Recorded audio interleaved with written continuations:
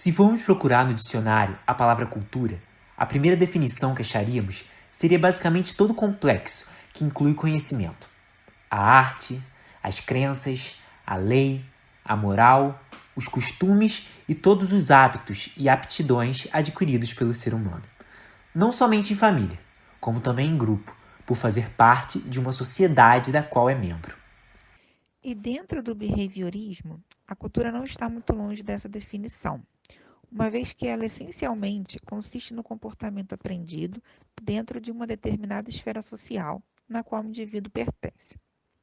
Mas é importante ter a consciência que o comportamento pode mudar de forma brusca com o passar do tempo. Afinal, as pessoas estão constantemente em processo de mudança. Tendo isso como base, podemos interpretar que, dentro da cultura, o aprendizado do comportamento se estabelece dentro de uma sociedade. Sendo assim, a existência da sociedade seria um requisito para a existência da cultura. Uma sociedade nada mais é do que um agrupamento de seres que convivem em estado gregário e em colaboração mútua. Com isso, pode pressupor que uma boa sociedade inclui um comportamento altruísta que beneficia o outro. E junto com essa questão entra o segundo requisito para a existência da cultura, a questão de conseguir aprender com o outro. Afinal, dessa forma que os traços culturais são transmitidos ao longo do tempo. A partir do fato de que conseguimos aprender algo através de outro indivíduo, criando assim traços culturais, percebe-se que esse comportamento originou-se mediante também da imitação, observação, criação, medo, felicidade e das mais diversas sensações e sentimentos. Algo que torna possível a continuidade da cultura inserida dentro de uma determinada sociedade. É o reforço que existe associado a toda essa questão. Se é o desejo de alguém que determinado projeto seja próspero, é preciso que as atividades que o envolvam sejam positivamente reforçadas. O ser humano tende a imitar as atitudes de outros indivíduos, seja para o lado positivo ou negativo. Quando a atividade desenvolvida obtém um resultado notável, mas não foi seguida por atitudes adequadas ou lícitas, muitos sujeitos se espelham nesse tipo de comportamento, ainda que não seja algo admirável à percepção de outros sujeitos. Segundo a lei do efeito, comportamentos seguidos de consequências agradáveis são fortalecidos, enquanto comportamentos seguidos por consequências desagradáveis são alterados ou eliminados do nosso repertório comportamental. A lei do efeito relaciona-se com a aprendizagem e o comportamento.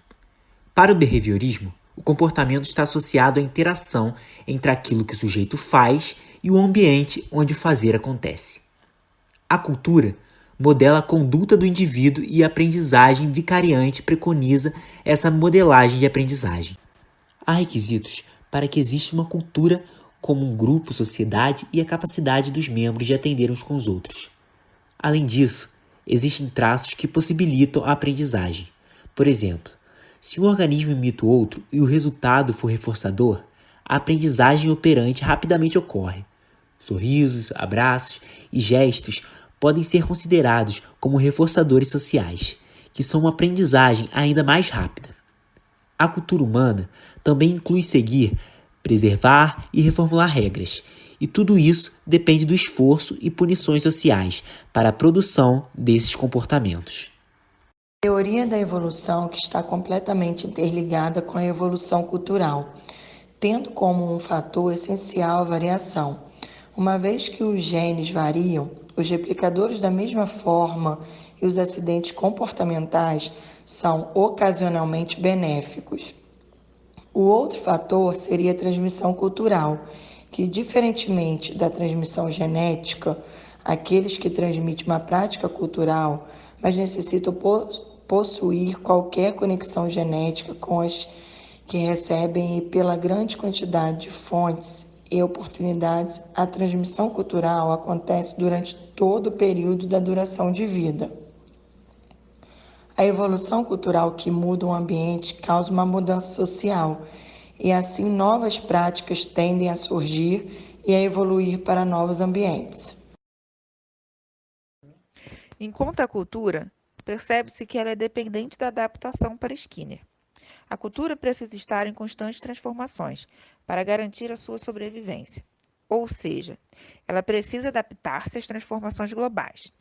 A sua sobrevivência vai depender de como lidamos com essas mudanças, visto que com a globalização, o acesso a diversas culturas fica cada vez mais simplificado.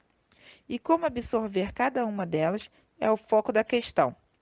Por exemplo, se em um determinado local existem duas culturas e uma delas busca se adaptar perante aos novos desafios e a outra não, podemos dizer que apenas uma delas sobreviverá. As práticas culturais se modificam a fim de ter maior aptidão com os que praticam e para garantir a sobrevivência e bem-estar dos mesmos e das gerações futuras. Como, por exemplo, novas práticas de como lidar com o lixo, com as descobertas científicas da área ou a adoção de hábitos alimentares mais saudáveis para melhor qualidade de vida. Quando se encoraja um grupo de pessoas a reciclar o lixo ou a se alimentar saudavelmente, não está apenas deixando uma prática antiga, como assegurando a sobrevivência de uma nova cultura. Sabemos que os medos, as emoções e os desejos são particulares de cada indivíduo. Todavia, as coisas ditas anteriormente e as citações de Watson nos mostram o quanto a genética e a cultura podem influenciar no nosso comportamento durante toda a vida.